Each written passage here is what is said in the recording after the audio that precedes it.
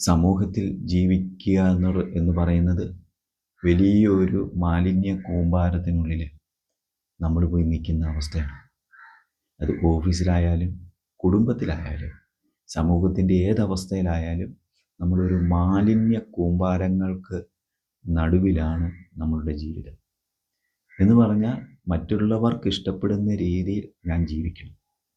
അങ്ങനെയാണെങ്കിൽ ഒന്ന് ആലോചിച്ച് നോക്കി, നമ്മുടെ ചുറ്റുപാട്, നമ്മുടെ അയൽപക്കം, അവരുടെ ഓരോ വ്യക്തികളുടെയും ഇഷ്ടത്തിനനുസരിച്ചാണ് ഇപ്പോൾ സത്യത്തിൽ മനുഷ്യർ ജീവിക്കുന്നത്. ഇപ്പോൾ നമ്മുടെ ഒരു സുഹൃത്തിനോട് സംസാരിക്കുന്ന പോലെയല്ല നമ്മുടെ വീട്ടിൽ നമ്മുടെ അമ്മയോടും ഭാര്യയോടും മക്കളോടും സംസാരിക്കുക. സമൂഹത്തിൽ കാണുന്ന ഏതൊരു വ്യക്തിയോടും അവരുടെ ഇഷ്ടത്തിനനുസരിച്ചാണ് നമ്മൾ സംസാരിക്കുന്നത്.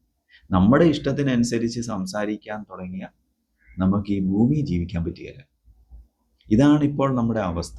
അപ്പോൾ നമ്മൾ എന്ത് ചെയ്യും? നമ്മുടെ പേഴ്സണാലിറ്റി, നമ്മുടെ വ്യക്തിത്വത്തെ മാറ്റും.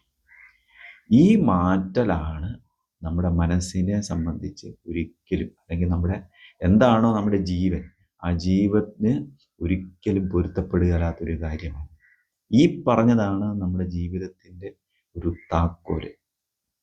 നമ്മുടെ ഉള്ളിലെ ജീവനെ സത്യസന്ധമായി ഇവിടെ ജീവിച്ചിരിക്കുന്നു. അതൊരു സത്യമാണ്. അതിനെന്താണ് വേണ്ടതെന്ന് നമ്മൾ അന്വേഷിച്ചോ? ഇതുവരെ ആരും അന്വേഷിച്ചിട്ടില്ല. അത് അന്വേഷിച്ചവരത് കണ്ടെത്തി അങ്ങനെ ജീവിക്കുന്നുണ്ട്. ഇതാണ് നമ്മൾ മനസ്സിലാക്കേണ്ടത്. നമ്മുടെ ഉള്ളിൽ സത്യം, അഹിംസ, അങ്ങനെ നിരവധി കാര്യങ്ങൾ നമ്മുടെ ഉള്ളിലുണ്ട്. സത്യമായിരിക്കുക. സത്യമേ എനിക്ക് പറയേണ്ട ആവശ്യമുള്ളൂ. ഒന്നിനെയും കൊല്ലാതിരിക്കുക, ഒരു മനുഷ്യനെ ഉപദ്രവിക്കാതിരിക്കുക, സംസാരിച്ചു പോലും ചിന്തിച്ചു പോലും ഉപദ്രവിക്കാതിരിക്കുക. ഇതൊക്കെയാണ് നമ്മുടെ ജീവന് വേണ്ട അടിസ്ഥാന ആവശ്യം. ഇതിനെ മറികടന്ന് സമൂഹത്തിൽ ആരൊക്കെ ഉണ്ടോ അവർക്കെല്ലാം ഇഷ്ടപ്പെടുന്ന രീതി ഞാനങ്ങ് മാറുക. ഇതെന്തുമാത്രം നമ്മളെ വേദനിപ്പിക്കും. ഇതാണ് മനുഷ്യൻ്റെ വേദന. അപ്പോൾ മറ്റുള്ളവരുടെ ഇഷ്ടത്തിനാണോ നമ്മൾ ജീവിക്കേണ്ടത്? എൻ്റെ ജീവന്, അടിസ്ഥാനപരമായി ഞാനിവിടെ ജീവിച്ചിരിക്കുന്ന ജീവന് എന്താണ് വേണ്ടത്? അതാണോ നമ്മൾ ചെയ്യുന്നത്? ഈ ചിന്തയിലാണ് ഇവിടെയാണ് ഇതിൻ്റെ താക്കോല്. ഇങ്ങനെ ചിന്തിച്ചാൽ നമുക്ക് മാറാൻ സാധ്യതയുണ്ട്. നമുക്ക് മാറ്റം വരുത്താൻ സാധ്യതയുണ്ട്. മാറും, ഉറപ്പായിട്ടും മാറും. ഇങ്ങനെ ചിന്തിച്ചാൽ മാറിയേ പറ്റൂ. കിടന്നാൽ ഉറക്കം വരില്ല. ഈ ഉറക്കത്തെ ബാധിക്കുന്ന വിഷയങ്ങളാണ് ഞാൻ ഈ പറഞ്ഞത് മുഴുവനും. നമ്മൾ ഉറങ്ങാൻ കിടക്കുമ്പോൾ നമ്മുടെ മനസ്സിലേക്ക് വരുന്ന ചിന്തകൾ എന്താണ്? ഈ പകല് നടന്ന, ചിന്തിച്ചത്, സംസാരിച്ചത്, പ്രവർത്തിച്ചതാണ്. സന്തോഷകരമായ രീതിയിലാണ് നമ്മൾ ചിന്തിച്ചത്, സംസാരിച്ചത്, പ്രവർത്തിച്ചത് എങ്കിൽ ആ ചിന്തകൾ വരികേയില്ല. നേരെ മറിച്ച് നമ്മൾ ഏതെങ്കിലും വിധത്തിൽ എതിരായിട്ടുള്ള ഏതെങ്കിലും ഒരു സംസാരം, ചിന്ത, പ്രവർത്തനം വന്നിട്ടുണ്ടെങ്കിൽ ഉറപ്പാണ് അത് നമ്മുടെ മനസ്സിൽ വരും. വീണ്ടും അതിനെക്കുറിച്ച് ചിന്തിക്കും, വീണ്ടും അതിനെക്കുറിച്ച് ചിന്തിക്കും. അങ്ങനെ ചിന്തിച്ച് നമ്മുടെ ഉറങ്ങാനുള്ള വിലപ്പെട്ട സമയം കടന്നു പോകും. പാതിരായ്ക്ക് എപ്പോഴോ കിടന്നുറങ്ങും. എന്നിട്ടോ ശരീരത്തിന് ഉറക്കം മതിയാകാതെ, അതിൻ്റെ ആന്തരിക അവയവങ്ങളുടെ പ്രവർത്തനം മതിയാവാതെ പാതി വഴി നിർത്തി നമ്മൾ എഴുന്നേക്കും. എന്നിട്ട് വീണ്ടും പ്രവർത്തനം തുടങ്ങും. നമ്മുടെ ജീവിതത്തിലേക്ക് നമ്മൾ കിടക്കും. വീണ്ടും നമ്മുടെ പേഴ്സണാലിറ്റി ചേഞ്ചസ് വരുത്തുന്ന രീതി നമ്മൾ സമൂഹത്തിൽ മനുഷ്യരോട് ഇടപെടും. ഇങ്ങനെ നിരന്തരം ചെയ്തുകൊണ്ടിരിക്കുന്ന ഒരാളെ സംബന്ധിച്ച് അസുഖം വരും, രോഗം വരും. അപ്പോൾ നമ്മൾ മനസ്സിലാക്കേണ്ടത് നമ്മുടെ മനസ്സും നമ്മുടെ ശരീരവും നമ്മുടേതാണ്. അത് പണം കൊടുത്താൽ കിട്ടില്ല, ഒരാളുടെ അടുത്ത് നിന്ന് വെറുതെ കിട്ടില്ല. ഈവൻ നമ്മൾ പ്രാർത്ഥിച്ചാലും പൂജ ചെയ്താലും ഏതെങ്കിലും പുണ്യസ്ഥലങ്ങളിൽ പോയാലും ഈ ശരീരത്തിനും മനസ്സിനും മാറ്റം സംഭവിക്കില്ല. അത് മാറണമെന്നുണ്ടെങ്കിൽ നമ്മൾ തീരുമാനമെടുത്ത് എൻ്റെ മനസ്സിനും എൻ്റെ ശരീരത്തിനും എൻ്റെ ജീവന് സംരക്ഷിക്കണം. എൻ്റെ ജീവൻ എന്താണ് കൊതി, ആഗ്രഹം, അതാണ് നടപ്പിലാക്കേണ്ടത്. അല്ലാത്ത പക്ഷം വേദനയിൽ നമ്മൾ ജീവിക്കേണ്ടി വരും. അപ്പം ജീവന് ഭീഷണിയാകുന്ന രീതിയിലുള്ള ചിന്തകൾ, സംസാരം, പ്രവൃത്തി നമ്മൾ മാറ്റിയേ പറ്റുള്ളൂ. ഒരു ചോദ്യമുണ്ട്, മറ്റുള്ളവർ ഇഷ്ടപ്പെടുന്ന രീതിയിൽ എനിക്ക് ജീവിച്ചേ പറ്റുള്ളൂ. സമൂഹമാണ്, നമുക്ക് മുന്നോട്ട് പോയേ പറ്റുള്ളൂ. നമ്മുടെ ഇഷ്ടത്തിനനുസരിച്ച് മാറാൻ പറ്റില്ല. ശരിയാണ്, അത് വളരെ ശരിയാണ്. അപ്പോൾ നമ്മൾ അവിടെയാണ് നമ്മൾ മനസ്സിലാക്കേണ്ടത്, ഇത്രയും മനസ്സിലായാൽ മതി. ഞാൻ ഈ പറഞ്ഞത് നിങ്ങളൊന്ന് ശരിക്കും ആലോചിച്ചാൽ ഇത്ര മതി. നിങ്ങളുടെ ജീവിതത്തിൽ മാറ്റം വരുത്തുക പോലും വേണ്ട, നിങ്ങളൊന്നും ചെയ്യണ്ട. കാരണം നിങ്ങളുടെ മുന്നിൽ ഒരാൾ വന്നു കഴിഞ്ഞാൽ നമ്മുടെ കഴിഞ്ഞ ഓർമ്മകളിലെ ശത്രുതാപരമായ വൈരാഗ്യമുള്ള എന്തെങ്കിലും ഓർമ്മകളുണ്ടോ? ആ വ്യക്തിയെ കാണുമ്പോൾ ഓർമ്മകൾ വരുന്നുണ്ടോ? എങ്കിൽ നിങ്ങൾ ഈ മനസ്സിൻ്റെ ഇഷ്ടത്തിനും അല്ലെങ്കിൽ നിങ്ങളുടെ ഇഷ്ടത്തിനനുസരിച്ച് ജീവിക്കുന്നെന്ന് പറയാം. നേരെ മറിച്ച് ആ വ്യക്തി ശത്രുതാപരമായി എന്നോട് പെരുമാറിയാലും ഇപ്പോഴും അങ്ങനെയാണ് സംസാരിക്കുന്നതെങ്കിലും അത് ഞാൻ തിരിച്ചറിയുന്നുണ്ട്. ഇതെവിടെയാണ് സംഭവിക്കുന്നത്? എൻ്റെ ഉള്ളിലാണ് സംഭവിക്കുന്നത്. എൻ്റെ തലയ്ക്കുള്ളിൽ നിന്ന് ഇറങ്ങി വരുന്ന സന്ദേശങ്ങളാണ് ഇതെവിടെ ഇരിക്കുന്നത്? എൻ്റെ തലയ്ക്കുള്ളിൽ.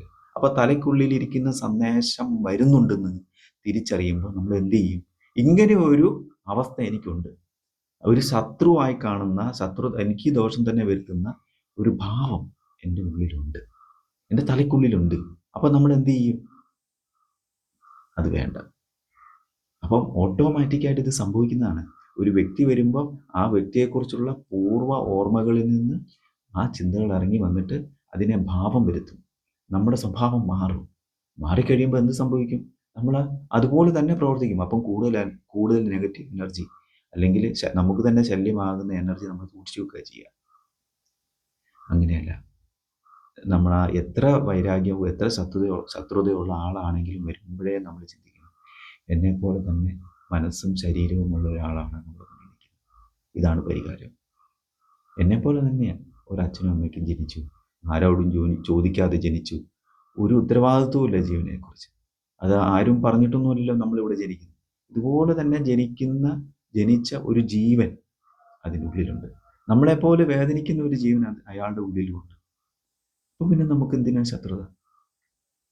അയാളെക്കാളും കൂടുതൽ സഹനശക്തി ഉണ്ട് എന്നുള്ളതാണ് ഞാൻ മനസ്സിലാക്കുന്നത്. എന്നെ മുന്നിൽ നിൽക്കുന്ന എൻ്റെ ശത്രുവിനേക്കാളും കൂടുതൽ എനിക്ക് സഹനശക്തിയുണ്ട്. ഈ സഹനശക്തിയാണ് ശരിക്കും നമ്മൾ പഠിക്കേണ്ടത്. നമുക്ക് സഹിക്കാൻ കഴിയുണ്ടോ? ഒരാൾ എന്തുമാത്രം നമ്മളെ മോശപ്പെടുത്തിയാലും അത് കേട്ട് നിന്ന് ശരി നമ്മൾ പിന്തിരിഞ്ഞ്, അത് സഹനമാണ്. ഈ സഹനമാണ് നമ്മൾ പഠിക്കേണ്ടത്. ഇത് വളരെ പ്രയാസമുള്ള കാര്യമാണ്, വളരെ പ്രയാസമുള്ളതാണ്. കാരണം ജീവന്റെ ഉള്ളിലുള്ള ആളെന്താണ്, അതെന്താണ് നമ്മളെ തോന്നിപ്പിക്കുന്നത്? നമുക്ക് സമാധാനമാണ് വേണ്ടത്. ആ വ്യക്തി നമ്മളെപ്പോലെ തന്നെ സമാധാനവും ശാന്തിയും അന്വേഷിക്കുന്ന, നമ്മളെപ്പോലെ തന്നെ ജീവിച്ചിരിക്കുന്ന ഒരു ജീവിയാണെന്നല്ലേ നമ്മൾ മനസ്സിലാക്കേണ്ടത്. ആരോടും ചോദിക്കാതെ ജനിച്ചു വന്ന ഒരു ജീവി. എന്തൊക്കെയോ കാരണങ്ങൾ, ഏതൊക്കെയോ പാരമ്പര്യങ്ങളുടെ കെട്ടുപാടിൽ ജീവിതത്തിൽ നെഗറ്റീവായിട്ട് അല്ലെങ്കിൽ ഒരു ജീവിതത്തിൽ സന്തോഷം അനുഭവിക്കാതെ മുന്നോട്ട് പോകുന്ന ഒരാൾ. അപ്പോൾ ആളെ നമ്മൾ എങ്ങനെയാണ് കാണേണ്ടത്? നമ്മൾ മാറണം. നമ്മൾ അദ്ദേഹത്തെ സഹിക്കാൻ തയ്യാറാണ്. അദ്ദേഹത്തെ നമ്മൾ സ്വീകരിക്കുക എന്ന് പറഞ്ഞാൽ സ്വീകരിച്ച് നമ്മൾ വീട്ടിലേക്ക് കൊണ്ടുപോകുന്നില്ല. ശരിയാണ്, അയാളുടെ സ്വഭാവം അങ്ങനെയാണ്. നമുക്ക് എന്ത് ചെയ്യാൻ പറ്റും? നമുക്കൊന്നും ചെയ്യാൻ കഴിയില്ല. പക്ഷെ ചെയ്യാൻ പറ്റുന്ന ഒരു കാര്യമുണ്ട്, എനിക്ക് മാറാൻ പറ്റും. ഇത് വളരെ ടഫായിട്ടുള്ള കാര്യമാണ്.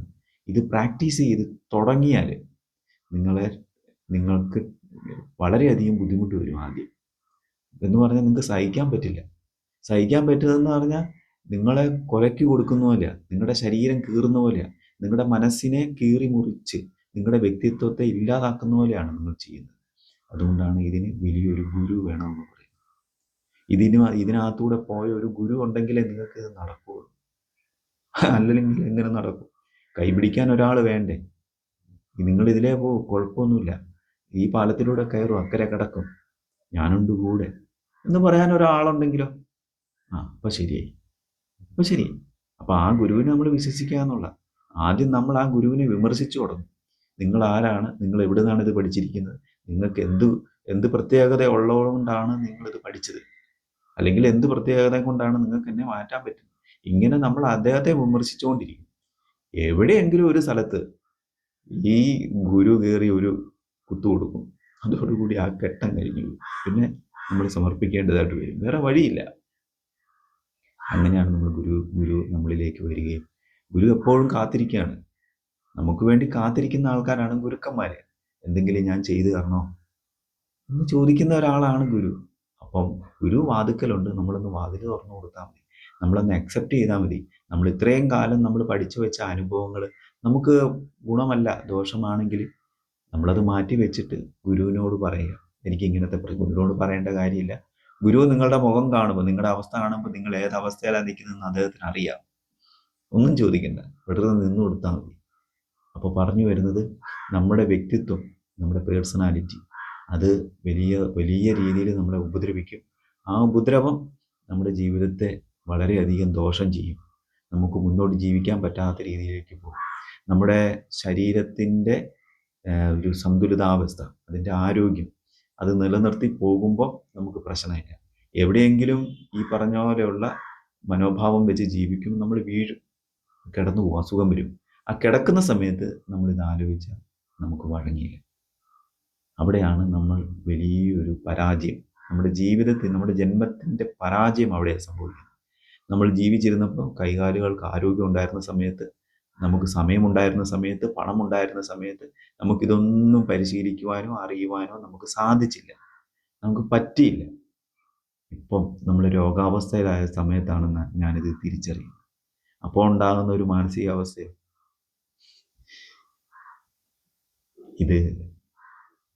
ഇതാണ് മനുഷ്യൻ്റെ ഒരു ജീവിതം എന്ന് പറയുന്നത്. അപ്പം ആലോചിക്കുക, നമ്മുടെ ജീവിതം എന്ന് പറയുന്നത് മറ്റുള്ളവരെ കൊണ്ട് ജീവിക്കലല്ല, നമ്മളെ കൊണ്ട് തന്നെ, നമ്മുടെ മനസ്സിൽ നിന്ന് വരുന്ന ഗുണകരമായ ചിന്തകൾ കൊണ്ട് നമ്മളാദ്യം മാറി, നമ്മുടെ ചുറ്റുപാട് മാറി, മറ്റുള്ളവരെ മാറ്റി ജീവിക്കുക എന്നുള്ളതാണ്.